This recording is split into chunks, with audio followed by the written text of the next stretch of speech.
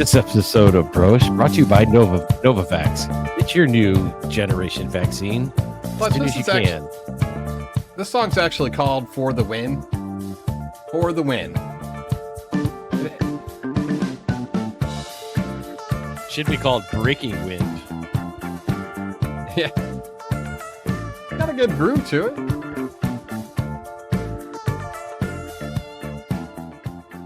Get me a Hawaiian shirt. I need to get a nicer one. Clutch, you said you were grumpy today. Why? I did a little exercise for old man. A little exercise. That makes you grumpy? Well, because I'm tired. You know what I did today and yesterday? 10:30 fucking. Oh, you're gonna stay up now. You're gonna stay up now. No, I said I can't. I can't stay up. I'll just read about it in the paper. Gotcha. Who reads the damn paper? What'd you do today? I heard the military is coming to inspect your fucking. The only way that you can clean grout a lot. So I cleaned grout for the last 2 days. Take this music down to a little chirp. Oh, that was nice. Good job, Matt. Wow, that one went out really nice. To clean grout in your bathroom, you take a little baking soda and a little hydrogen peroxide and maybe a little dish soap, and then you mix it up. Yeah. And it does a really good job. And then you get. So I actually made a little contraption for my with my screw gun, a screwdriver. I put a little little brush and broke out. There's like a little brush or whatever, and I attached a little screw to it, and then put it and mounted it into the screw gun, and it would do that. And it didn't really work. Actually, the manual work with the toothbrush actually works a lot better, and you don't really have to jam it in there. It's nice and light, and just kind of it comes out really nice, and then you just wipe it off, and it's good to go. This old this part of the show brought to you by This Old House. Hey, I was just learning about shout outs and podcasts, and if we could get This Old House to sponsor our show, I would say yes. Not tonight's episode. Yes. Tonight's episode is sponsored by Novavax. Novavax. Actually, Novavax. Whoever's sponsoring this Memphis Michigan State game. Ugh. They're gonna drag this out, aren't they? 68-61. The refs are going to the freaking camp to go into the teleprompter. Jesus. Clutch, there's a reason why you're watching this game. Tell us why. And, first of all, hold on. Hold on. Let me get into it real quick. Hey, welcome to Broish, guys. Two brothers talking Notre Dame football. Clutch, go ahead. Yeah, we're getting ready to watch the CFP ranking show, which is the college polls. Why don't you just bring that up in the background? I mean, we'll just have the game, and it's gonna. You said it was Michigan State? How about that one? Who's playing? Michigan State's playing? Michigan State and Penny Hardaway's team. Oh yeah, Memphis. Okay. Yeah. That's wow. Michigan State's got this guy on the team. He's not up there right now. Broke his nose last year, got bumped in practice again, so he's got to wear a mask all year. I swear they got him the worst effing, I'll just say fucking mask I've ever seen. They've never seen Rip Hamilton's freaking mask. This guy's mask, the nose on it is like it's got a molded black nose on it. It looks like a nose from I don't know where it's from. It's just, like Digital Planets. Yeah, no. You're talking about do what you like. What is that? Digital? What is that? Digital Planet? That's not Digital Planets. That's gosh. Who is that? Why can't I think of it? Do what you like. That's the wrong song though. It's Digital Underground. Digital Underground. There you go. My bad. Digital Planet. Yeah, it looks like his nose, only it's all black molded plastic, and it's a white dude, so it's not trying to match his skin tone either. Right. I don't know what is it. He must have followed out because I only see him out there right now. He's a big dude. Unless that's him right there. Well, hey, this answers my question because because of the fires in Maui, they didn't play in Maui last year, and it looks like the arena's just fine. Except for they don't know if they play high school, college, or pros. The 3-point lines are freaking crazy, and then they have 2 baselines. It looks like. Well, this game's going to be done here soon. We're going to find out where Notre Dame lands in the current. Yeah, Tom is. I like his shirt. In the current college football playoffs ranking system, I guess you want to call it. Clutch, I don't see a need for the college football. So first of all, let's disclaimer. I screwed up last week. I was talking like, hey, we might play this team or we might play that team. I don't know what team we're going to be playing. Come December 20th or 21st is when the game. If we beat USC, go Irish, beat SC. It is SC week, biggest week I think in Notre Dame football, right? I mean, this is the week. This is our biggest rival. I think I don't know how it all lays out or when it will come time. It'll come when the conference championships are over. We'll have an idea of where we stack up. Right now, we're in a great position. We're at 5. However, we got teams from the Big 12, teams from the ACC that are behind us. So if they win the conference championship, they would obviously bump Notre Dame back from that 5 spot. If they're going to be seeded 5, I think they're going to jump Penn State and actually be seeded 4 when the announcement comes out here in a few minutes. Clutch, where do you see Notre Dame? Do you see them in the top 5? Obviously, all of this does not matter because we still have to wait until these, we still have to wait for this weekend. We still have to wait for the conference championships. And then we can kind of see a clearer picture moving forward about where Notre Dame stands and who they're going to actually play. Right now, as it stands, though, I guess Notre Dame, if they beat USC, they have a pretty good chance of having a home playoff game in December 20th or 21st, I think. No comment. Yeah, that was a lot of talking. No. I don't know. I don't. There's so many moving parts in this right now. It's fun to watch, but I'm getting tired of hearing all these people. I hear one podcast or TV show talk about how Notre Dame, all they have to do is win. They don't have to do a, what do they call it, signature win or whatever like that, or blow USC out. They just need to get the win, and they'll be in. Yeah, they'll be win, but the highest they'll get is like 7 or 8.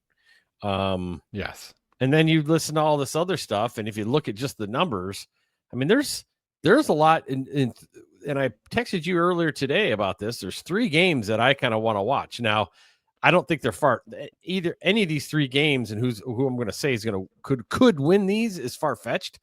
But you've got Texas A&M, and Texas is a big game and we're just talking from Notre Dame's perspective because there's a whole another thing over here on the right side platter that the hottest game over the weekend is going to be Clemson, South Carolina.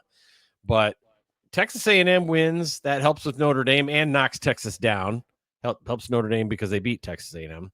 Then you've got Michigan and Ohio State. Now, everyone's like, well, Michigan's not just sucky, and you could call it a down year. I call it a non-cheating year, but tomato.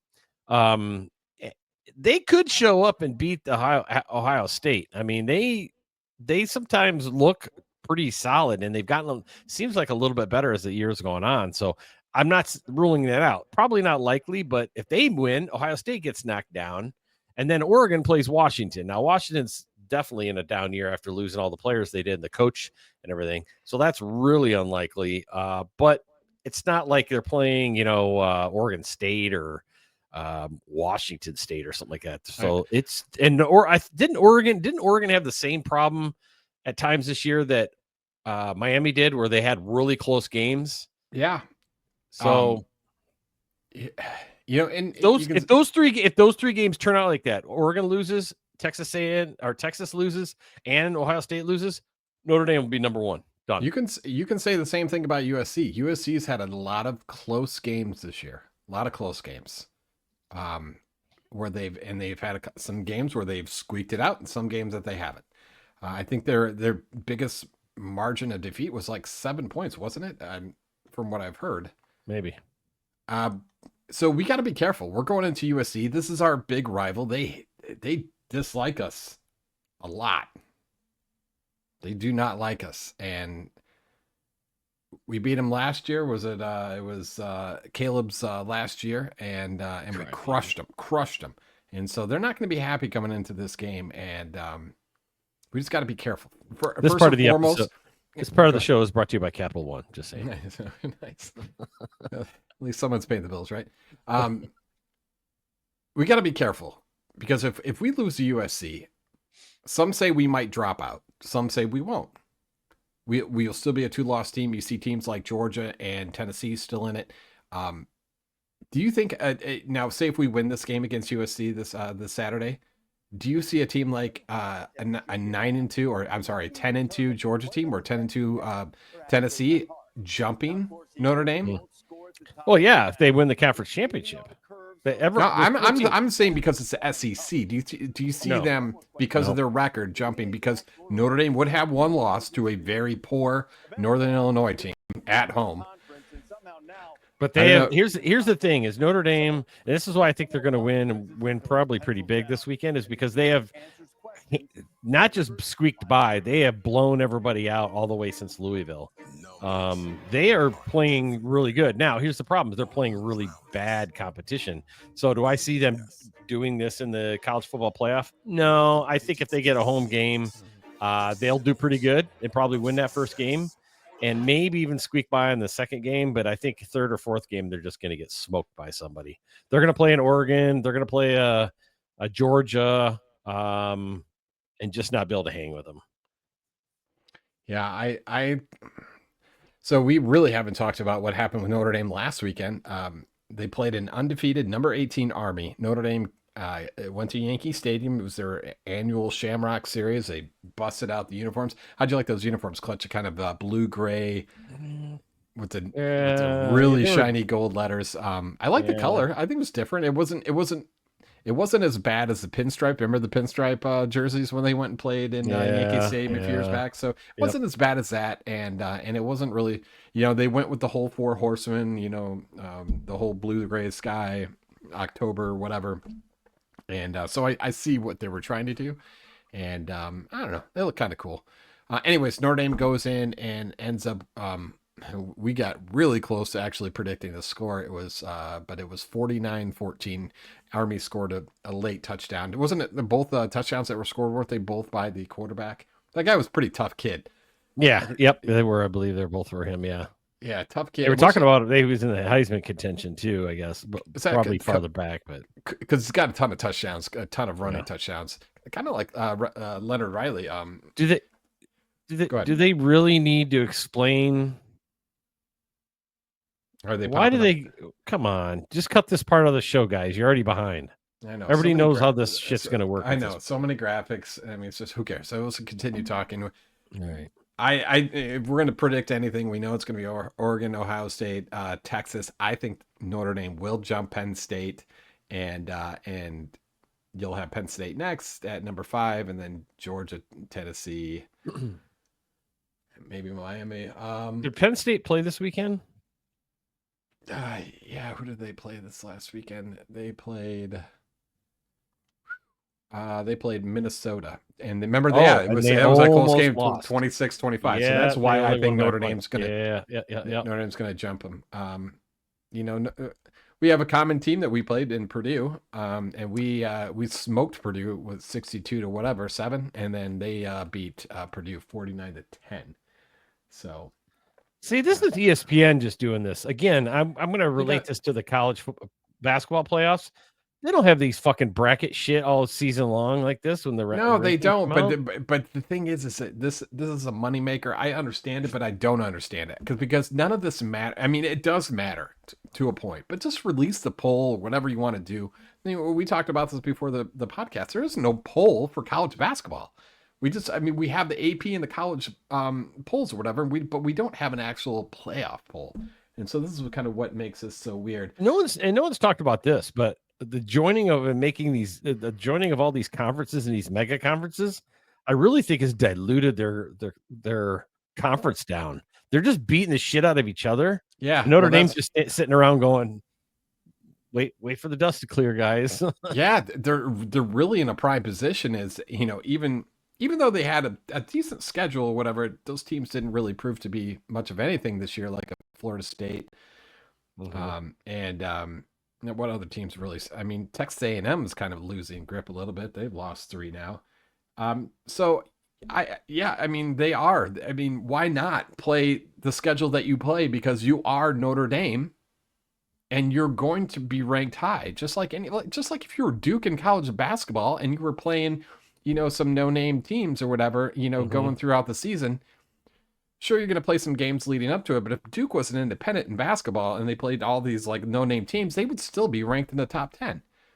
So Notre Dame is, I think this is a very nice road for them to get into it. So there's A&M. A&M plays Texas this weekend, I believe. And if they can beat, this one is the possibility. If they can beat Texas drops that, and that inflates Notre Dame's ranking a little bit more. Well, see, A&M, hopefully A&M wins. A&M winning the SEC would be awesome. Because that would actually, could you imagine if Texas A&M, they're 20th right now, if they won their conference championship and jumped up to the top 4? But it can happen. Yeah. It could definitely happen. So did you see Army? Army wasn't even in there, were they? No. Wow.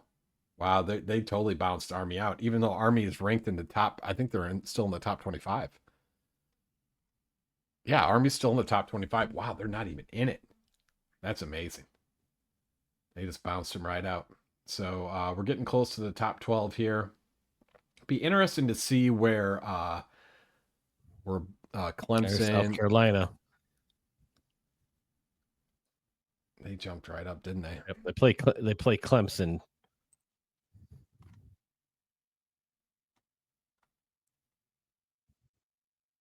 Wow. So South Carolina jumped up 3 spots. I mean, they beat Wofford. 56-12. I mean, who did they beat before that? Probably Northern Illinois. Oh, they went to Vanderbilt and beat Vanderbilt. There's Ole Miss. Ole Miss dropped because they just lost. Yep. Front of them if they're going to make it into the field. Well, they were on the inside and Tennessee was on the outside. We haven't seen Tennessee yet, but when you see Ole Miss drop, guessing that Alabama's going can you hear the audio? Yeah, a little bit. It's low. Now that the door's been open. Now, we haven't seen this yet. I'd guess this is a good spot for Alabama right here at 13. Let's see. That better? There they are. Down 6 spots after Alabama getting manhandled by Oklahoma. Oh, let's show some. No kidding. Alabama's a team that we've seen look like the best team in the country at times. So are they in line to win the SEC as well, even though they... No, it's Georgia and Tennessee, I think. Okay, so Alabama's completely out of the... at least they're completely out of... Still be in. Now they put themselves on the outside, and they're going to need some chaos. Yeah, that confirms what we already knew. Alabama. This is crazy, though. 3 lost teams. Look at all these 3 lost teams. And it kind of brings up the point that you had made earlier, Clutch, is that these teams are really beating the shit out of each other. Tennessee to lose the band. Somebody mentioned earlier in one of the shows I watched, at number 12. The lower end teams in a conference have gotten better through NIL and stuff like that. And it isn't that the top teams have gotten worse. It's just they've equated more and they're more diluted. So it's made it more competitive within the conference. Yeah. And, and the trade-off, and we talked about this multiple times, the trade-off for Notre Dame is the fact that, Notre Dame, has to pretty much win their entire schedule, or maybe one lot, maybe two losses. A 2-loss Notre Dame team, that's less than 50% making the playoffs. They really can only lose 1 game out of the whole year, and the trade-off is that they have to go in and play. They don't get a bye, so they got to go in and play a game before all the conference championships or conference champions play. Have a bye, and Notre Dame still has to play, so they have to play more games in the playoff to get to the championship. Here's Boise State coming in. I can turn that volume back up. Closed between the Big 12 and Boise State. So in the event in which the Big 12 champion Listen who's runs talking. the rest of the way, Okay. whether it's What do you want to guess what Notre Dame's 15 through 17, strength of schedule is? enough ammunition to This is move bad. I mean, just to give a little picture. So Boise State was 80. They had 8. They're number 81. Strength of Notre schedule. Dame's got to be 90 or 100. Would it surprise you if it was like 60? They'll I don't have know. the game at home in Mountain West Championship game playing against presumably UNLV. That's not set yet. Indiana stayed in. Good. They didn't have the Army simplex and just drop right out. Ended up Ohio State pulled away from them. They fall down to number 10, dropping 5 spots at number 9. Now here's a SMU. mover. So right SMU, here, strength of schedule. unbeaten in Oh yeah, ACC I was play. right. Their only loss against BYU, and they move up 4 spots. They're up to number Yeah, 9. well, they don't They have the. look It's not the dominant. same one. Out of the teams we've been talking about that have had the up and What do I down, SMU has been a dominant team. Notre They've Dame's going to be been around, they I would dominated say, from 60 start to finish. 65 And if strength I of was a schedule. team looking out right now, I don't know that the SMU Mustangs as a team I would like to play because they're playing with a ton of confidence. Well, And they are playing with a ton of confidence right now. They talked about Boise State. Their running back is crazy good. number 8. Tennessee Volunteers, very upset when they were the first team out a couple of rankings ago. Now they're sitting there, number 8, finish up with Vanderbilt. Wow. Tennessee was on the outside looking in. A couple of teams lose in front of them. Now they're back on the inside. And interesting you see right now, a 2-loss Tennessee above a couple of 1-loss teams. The committee saying we're not going to pay attention They to the really- column on the they right really so stretch this much. out, don't We they? think you're a better team. Really We can stretch see it you out. higher. That's important Yeah, these to know as we rankings go probably been forward. done They since haven't 5 done o'clock. a lot of that. Dude, There's it some is- of it that Notre you Dame look game's at going to start. The basketball Tennessee, game's going to and, start you know, here. I think They the don't hurry it other up. thing, too, There's Georgia. Here we other go. than another 2 losses, 6-5-4. Georgia is already in the SEC. Well, we're nowhere championship 5. game, It has to be. winner of Number 4 is Texas going to be and Notre Texas Dame. A&M. And if I'm Tennessee, I am happy that I'm at 8 and not having to play in the SEC championship game. Georgia's going to have to play Texas or Texas A&M, have another game on their schedule, some more movement. If you're Tennessee, now you're sitting there like, So Beat Vandy, we're in this thing. Now, can Notre Dame beat any of these teams? I think so. I think SMU scares me a little bit, just like that. Reese said, I think Boise, they Boise running back. Because Boise, Indiana, now you're not Indiana, going not to so the much. I don't think West Indiana's that good. anymore I don't now think because Tennessee's that good. I don't think let's go. Georgia's Let's go that to good. number I think 6. they're all beatable. Miami. It's Miami. Now, SMU's Miami's unbeaten beatable. ACC play. Miami Today, lost to the Georgia Tech. championship game for the conference. What was Notre Dame Miami last had to week? win at Syracuse to get 5 in or on 6? Saturday. And Miami, I believe think, they were 5. still very, very good football team. You watch them; they're one of No, I'm those sorry, they were teams, 6. look They at were the strength of 6. schedule, you Okay, look at so the they games moved that up But to we had week two. 5. We had 2 moments teams of lose that were in greatness front of and them, right? moments where you're And kinda like everyone's shaking moving your up head. 2. So Notre So Dame's going to if go they could ever go put to 60 4. minutes Well, together, Indiana, that Indiana. team is extremely See, Miami dangerous, went up 2, well-positioned. Georgia went up They to can take 3, care of Tennessee business went up this 3. weekend Notre to get Dame's that probably first going to go round up bye. at least They 2, have so the they're going to be quarterback 4. If they're that can 5, make that's all of bullshit. your other flaws. No, they're gonna leapfrog Penn State Yeah, for with sure. Cam Ward. Number 5. Whoa! Notre You gotta be Dame- kidding me! Notre Dame's schedule is so they'll finish up against. You gotta be against kidding me, USC. man! It could be so-so, but if you're Marcus Freeman, you go into your room. It you doesn't tell matter. them, I don't care. It beat doesn't USC, matter to me. Hold on, listen. It's really simple. You don't have to say anything else. You want to be in the playoff, beat USC, and we're in. That's where they put themselves in a great position now, Reese. And, you know, there have been so many of these SEC teams that have lost road games at night. Notre Dame has a road win in an SEC stadium at night. Easily Sure do. their First game of the year. Penn State, That's bullshit. lost to Ohio State at home, escape Minnesota. Nittany Lions is taking care of business. Longhorns play A&M. College game Everything day will else be is in gonna College kinda come Station in. this weekend. Texas is Ohio 3, State, and number 2 and is going then to be Ohio State, Oregon. and number 1 is Well. going to be Oregon. So you have Best case scenario, now Clutch. with 3 of We the can kill top 5, and those. Let's kill that audio. The best case scenario right now is Notre Dame got to root for Michigan. Michigan, and we've got to root for ourselves. They're gonna Well, beat here's USC. now, folks. Those you don't know, that was the college football rankings by the college football committee. This is all ESPN bullshit that we're watching now. This has- projected poll. Yeah, none of Not this has poll, anything to do with projected playoff. committee. Yeah, so This this is yeah, this has nothing to do. Like if you're watching this, if you're listening to audio, it doesn't matter to you. But if you're watching this, it has nothing to do with anything because brackets. that would be what would happen today. That like if the playoffs started today, this is who would we played. Mhm. Who would we play? I mean, still See, what's putting in fucking us teams. is Penn State. Penn State's fucking us because Oregon That's and Ohio State are going to play. Oregon and Ohio State are going to play for the Big Ten championship, right? Yeah, so one Penn- of those and teams are Penn's- getting bounced. One of them's going to get bounced. Yeah, but If according to maybe if Oregon loses by a very small margin, do you think they get bounced out of the top 4? I don't know. I think they just switch spots. yeah, If and look, Ohio here, State's still there. and here they've got Ohio State losing and dropping to 5, which I think is bullshit. I'm telling you right now. I think you said it before. I think Michigan has had Ohio State's number for the last I don't know 3 years, 3 4 years in a row. Yep.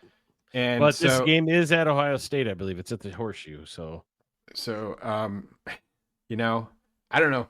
Maybe I don't know. Michigan, like you said, Michigan has been playing better throughout the season here. So, it'd be a first for me to be rooting for Michigan. But yeah, I wouldn't mind seeing Ohio State get knocked back and getting kicked out of the top four. Who's Penn State play? So Penn State will be playing. I believe they're playing nobody. Maryland. Yeah, that's a win. Yeah, they're not playing anybody. No.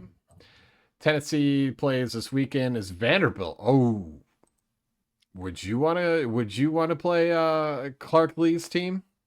I wouldn't want to play Clark Lee's team at the end of the year, and it's at Vanderbilt. This is the same Vanderbilt team that upset Alabama, wasn't it? Yeah, they upset Alabama this year. See, I think Ohio State would drop behind Notre Dame if they get slaughtered by Oregon. But I don't think it's going to happen. I think it's going to be a close game, or even Ohio State's going to win. If Ohio State wins, then they're not going to drop. They're going to drop Oregon. They're just going to. You're exactly right. They're going to flip spots, and Notre Dame will be behind Oregon, and Penn State just sitting there chilling.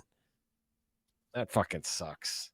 Yeah, Penn State is chilling because guess what?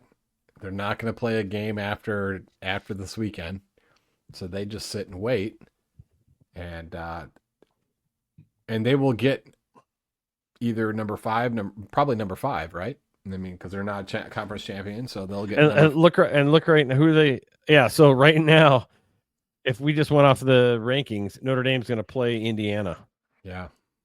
When's the last time that happened? Oh, by the rankings, their predicted playoff was SMU. Oh, SMU. Yeah, my bad. Yeah. Oh, they're predicted, but we are a long way from that.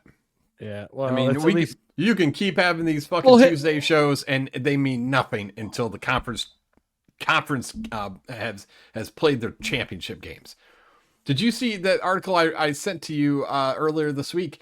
Basically, it says that like the Big 12 has like 250 some possible scenarios. Yeah. About who can be the conference champion. I mean, that's nuts.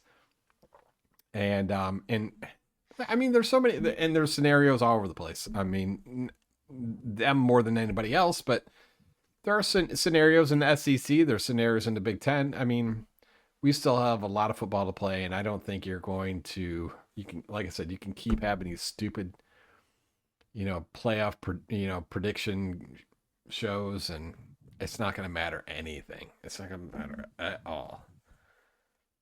What do you think about Notre Dame's play this last weekend? I thought they had cleaned up a lot of stuff since the Virginia game. I thought the Virginia game was a little sloppy. There was, I think we had mentioned they had like 3 or 4 4 and outs or 3 and outs, and so they did a little sloppy. Their field goal game is a little sloppy. It still is a little sloppy. Yeah. And I see that Jeter's still out there. I was talking to one of my friends who's a Notre Dame fan, and he was telling me that even if he's kind of hurt, he's still got to try to get in there to kick a field goal. But I'm just like, well, if it's his hips, so that he screwed up his hip somehow. Why didn't they try some kind of trick play or fake play or go for it? Why were they kicking that shit? I don't know, but I saw a tweet by Justin Yoon. Remember him? Yeah. So he had responded to a Malik Zaire post. I don't know what it was. And I had just kind of caught on to like the replies, and it had Justin Yoon, and he was like, "Do you think I can play like one more year? Is there like a COVID year or something I can utilize and get some NIL money?" I would love Justin Yoon right now. We do need a field goal kicker, man. I mean, at some point, don't you think that Marcus Freeman's going to go into these games and think that like, look, we might have to set a yard mark, right? If we get past a certain yard, then it's 4 downs. It's 4 down territory. Yeah. And I don't know if that's the 50-yard line. I don't know what it is, but Notre Dame's going to have to start thinking about that because we don't have a field goal kicking team right now, and that's gonna hurt. I think it's really gonna hurt. Here's something I did want to talk about was the fact that, and I was screaming at the TV this weekend, was why do we have Riley Leonard Yeah, having these I have no idea. sneaks, his quarterback sneaks up the middle in the red zone? I don't understand it. Like, there's a couple times that, like, the dude's he's jumping and he's getting hit in midair. Like, at some point, and he's a tough kid, I get it, but like, at some point, you got to be worried about the health of your quarterback, and especially coming towards the end of the season here, especially coming towards the last game of the season where it's pivotal that you win and come out with a victory so you can make the college football playoffs and have a home game. I wouldn't be worried. Not with peanut butter jelly in the background. I think it's a 1-for-1. Other than his body size and height, I think he's. But he doesn't have the mobility, and that's what I like about. He does too. He runs like a mother chucker. He's not quite as fast as 6'8". And I'll use Leonard, but he's not Ned a Tom Flanders Brady term. or Peyton Manning. I'll tell you he that. doesn't have well, he has old man moves, right? Ned Flanders says old man moves. But it's true. I don't know. Riley Leonard's definitely a better runner than Steve Angeli. I think that's true. I think Steve Angeli does have some wheels and he knows how to run. He's more of a pocket passer, more of a pocket presence than Riley Leonard. I get that. He's a very accurate passer. Now, Riley Leonard is starting to, that pass to Jordan Faison to begin the game, that was a great pass. And when he threw that ball, I was like, where was this guy? But it took him a long time to kind of develop in this offense and to maybe, I don't know, get his throwing arm going again. I guess, I don't know. If we put a quarterback in there that's been on the team for a few years. Yeah. What was the may stat not line? Have lost an NIU. Did you send the stat line, or when Wayne sent that stat line? I sent it. Yeah, so that's a pretty good stat line. Yeah, over 9 games though. At first I read it and I was like, "Oh, it's pretty good." I'm like, "Oh, it's over the 9-game winning streak." It's basically the whole season, and that's, to me, those yards aren't that impressive. Well, the coach really likes him. And coach said something about him during the press conference this week about if Riley Leonard. If he's going to have his kids now, if his kids get older and more Riley Leonard's age, if they are exactly the person that Riley Leonard, he would be a happy father because of the way he carries himself. He didn't come in here, and I agree totally with him, that he didn't come in here looking for accolades. He didn't come in here looking like I'm, trying to win the Heisman or trying to get a better draft spot. He came in here wanting to help this team, and win games. And I give him all the credit to the fact that games, nice guys or vicious. What was the word last week? Vicious? No, violence. Yeah. Do you want your boys to be violent? No, I want them to be like Riley Leonard. Yeah. Well, then go play for Saginaw Valley State. Riley Leonard was kind of violent, a little bit, jumping up in midair and getting smacked multiple times. I just don't understand. You get in that position where you have two running backs, put in Jadarian Price, put in Aeneas Williams or whatever, put him in. He's a bulldozer. Get him in there. These guys know how to run the ball. I know Riley does, but as soon as he gets into that red zone and they're playing a good defense, like Army was pretty tough, good against the run, and they kind of knew where they were going to run because Notre Dame really doesn't get to the outside too often. I was yelling at the screen for so many times, and finally Jadarian Price did get out to the outside. And what do you know? It worked because he's got better speed than any of those Army guys. We saw it multiple times. Jordan Love had a great run, another great vision run where, finds that hole and he's gone. He's got wheels. Aeneas Williams or whatever had a great one. He almost got tackled. He doesn't have nearly had the wheels that Loves does. But this offensive line, this defense, and the offense in general, I think they're playing really well right now. And I said this last week, they're playing really well. And I don't think there's a team out there right now in college football that is playing as well as Notre Dame is on both sides of the ball. I really don't.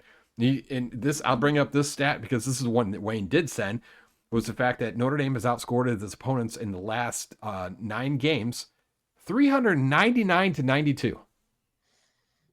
Now I know not the greatest competition, not the greatest talent or whatever who they're playing, but still pretty tough teams. You went up against a undefeated Navy team and beat them. You went up against an undefeated Army and beat them, and beat them. I mean, not just beat them, beat them. Every team they played, except for the last close game where they actually gave up points, was Louisville. Louisville was a tough team, still a pretty tough team, and they gave up 24 points. I would not want to play this defense if I was in the college football playoffs. I would not want to play this defense. This defense, losing the players that they have throughout the year, they're a scary defense. I'll give you that stat. Riley Leonard over the last 9 games threw for 66.5% completion rate, 1,616 yards, 14 touchdowns, 2 interceptions. That seems kind of impressive, but if you break it down per game, he's only averaging 180 yards a game. That's garbage. The completion percentage, I don't know if that's all that great. What did you say it was? It was at 60? 66 and a half. Well, yeah. It's probably better than what it was in the front half of the season, right? I mean, and then rushing yards per game is 67 or 66. So I don't know. I don't know. I'm with you. There are times where I'm like, what are you doing? Why are you running the ball when you've got 2 amazing running backs, 3 if you count the freshman Williams? So that annoys me, and it also annoys me that we keep going to the transfer portal, and I think they're going to go back to it again this year, which is you really think so? Yeah, because they talked about it. They talked about it to the coach, and coach says that they're really ready to develop a quarterback. You got Angeli. And we talked about this a long time ago. The Angeli, Peanut Butter and Jay, he's ready. He'll be a junior, and he's ready to. And he's backed up Riley Leonard this entire year. Played the Sun Bowl last year. I think he's ready, and I think the coach knows he's ready. I don't think there's any way you go into the transfer portal next year. Well, I hope not. I mean, they're going to start losing. No one's going to want to come play for them at a younger, and out of high school. They got that they got that wide receiver recruit, a 4-star wide receiver, and I guess he's starting to. They've been hitting him up, and he was supposed to go to LSU, and now that what's his face Underwood or whatever is switched to Michigan, he's looking at Michigan pretty hard, and so Notre Dame's trying to keep him focused on Notre Dame because I guess he's always been a Notre Dame fan. But yeah, I don't know. On a side note, I want to throw this out there, little conspiracy theory. I say LSU fires Kelly this year. I wouldn't doubt it. Who's the guy he replaced? The big deep talker guy that used to be. He won the national championship with Burrow, and then did kind of a crappy second season, and they 86'd him. This is Kelly's 3rd year, and he lost to USC at the beginning of the year. Remember that? Yeah. So, that's I don't know. I wouldn't be surprised if they let him go, but if they keep him too, that's probably not all that unexpected either. But anyways, so you had mentioned Bryce Underwood from Belleville, Michigan, the number 1 overall recruit in the entire country, number 1 quarterback recruit as well, obviously, and he has had given verbal commitment to play for LSU and switched after a reported $12 million NIL deal from the University of Michigan. No, not from the University of Michigan. Probably boosters. I'm sorry, not from Michigan. Yeah, because it's who's the one guy that was putting out Dave the big Portnoy. money? Portnoy. Yeah. So Portnoy and Brady. They got a bunch. I heard Brady. Tom Brady was getting involved with it too, trying to recruit him. So well, I mean, see, and this is what the problem with the NIL is that retaining players that give verbal commitments is always going to be a battle for money, especially when you're going after those prized recruits like Bryce Underwood. So it says is an article. It's safe to say that the folks down in Louisiana aren't thrilled with Brian Kelly these days. Not only the LSU Tigers lost three of the last 4 games, but Kelly also lost the top recruit, Bryce Underwood. But in spite of missing out on a guy who looks like a generational talent, Kelly still remains optimistic on the recruiting trail. In fact, he let the optimism be known on Twitter, X. The problem is the way he worded the tweet seemed to open the door for obvious response for angry fans. So he tweeted the path to the boot. And then somebody retweeted, "You about to get the boot, bud." So, all right, whatever. Path to the unemployment line, big fella. 4 losses makes for a pretty fast one. Oh man, I feel sorry for him, but I don't feel sorry for him. I still think he did a lot of great things for Notre Dame, and he really did bring and put Notre Dame,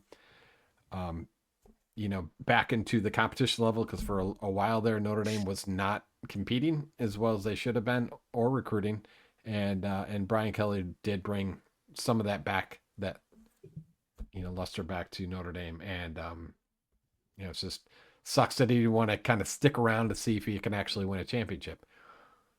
But that's the thing, is that when you're looking for a championship, you go to the big conferences, you go to the big SEC, and you draw up a fake Southern accent and you start playing down there. So whatever, to each their own, I guess. Anything else, Clutch? That's it for this week's edition of Broish.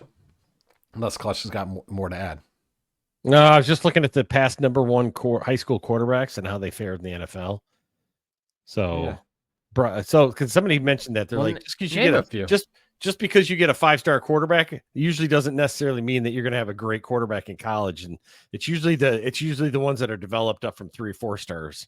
So some of these proved me wrong. I mean, Bryce Young, Trevor Lawrence isn't. I remember him getting they were sweet talking him on ESPN so bad when he was like, right off the bat when he was at Clemson, and he hasn't done shit in the NFL. Burrow's legit. Murray's, I guess, legit. Baker Mayfield's turned it around. Then you got Myles Garrett, who wasn't even drafted. Goff. Yeah. Now, I don't know if these were 5-star. They just say they were, AI here, Microsoft Copilot brought it up and said these are number 1 quarterbacks every year. Goff, Jameis Winston didn't fare very well. Jadeveon Clowney. No. That's not a quarterback. He's not a quarterback, no. No. Luck. Cam Newton, Sam Bradford, Stafford. Okay. So these are number 1. These are number 1. Yeah. See, AI's got it wrong. They got Jake Long 1 year. Jake Long. Jeez.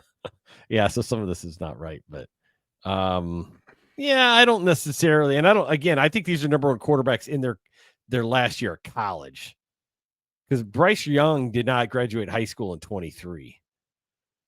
Right? He graduated before that. So this is not right. I'd have to tweak that a little bit, but that's what somebody on one of the sports shows said, that just because you get a 5-star, usually the 5 stars they're exciting. I mean, What was Clausen? Yeah. Well, no, Clausen wasn't number 1 overall, I don't believe. He wasn't a 5-star? He was a 5-star. That's what they're saying. They're saying just because you get a 5-star from high school doesn't necessarily is going to amount to shit in college. Right. So it's usually the guys that are 3 or 4 stars that, as they go in that freshman and get in the sophomore year, they start to peak and look at Tom Brady. Yeah, exactly. So, all right. One final note, because I highlighted this and took a screenshot because I wanted to read it. This is about the Big 12, just for a playoff perspective, what's going on. With 1 regular season game left for the Big 12, 16 teams in the deceptively named Big 12 Conference, 9 teams remain alive to become its conference champion and gain an automatic bid into the 12-team college football playoffs by landing a berth in the league championship game. And one of them, West Virginia, guess what their record is? No. 6-5. Could you imagine this? 7-5 team, or it wouldn't be 8-5? They win their conference champion if they win the championship game. 8-5 team being one of the first 4 spots. That would be ridiculous. Something like that has happened in college basketball, where a team is low seeded in the conference and ends up winning their tournament. Yeah, I guess that it's like the inaugural year, so it's just like there's a lot of things that you really don't think, you didn't even think about when it was gonna, how it's gonna play out, but this is how it's playing out. And it really comes down to, like you said, Clutch, is that they're beating up all these super conferences now. They're just beating each other up because there's so many great teams in these conferences. So I guess it makes for exciting football. Notre Dame just got to kick back and relax. Hopefully, beat USC, beat the Trojans this weekend, and we're in. That's another edition of Bro-ish. Thanks, guys, for joining us. We'll see you next week. Hopefully, we'll be talking about a home playoff game, either December 20th or 21st. We're not sure yet. And the team, we don't know either because we still have to beat SC. One game left. See you next week. Go Irish. Play action, flicks the ball down the middle, intercepted! Xavier Watts with the pick. The pressure got to Caleb Williams. On 4th and 1. Handed off and hit. Drilled in the backfield. J.D. Bertrand on the blitz. Gave that zero chance. Williams, pressure. Going to elude that and then throws an interception. It's Watts again. Ball gets tipped at the line. In this first half, Williams, pressured, retreats, and now he throws another interception. It's Benjamin Morrison who rises and picks it off right there in the sky. Showing pressure on Bertrand.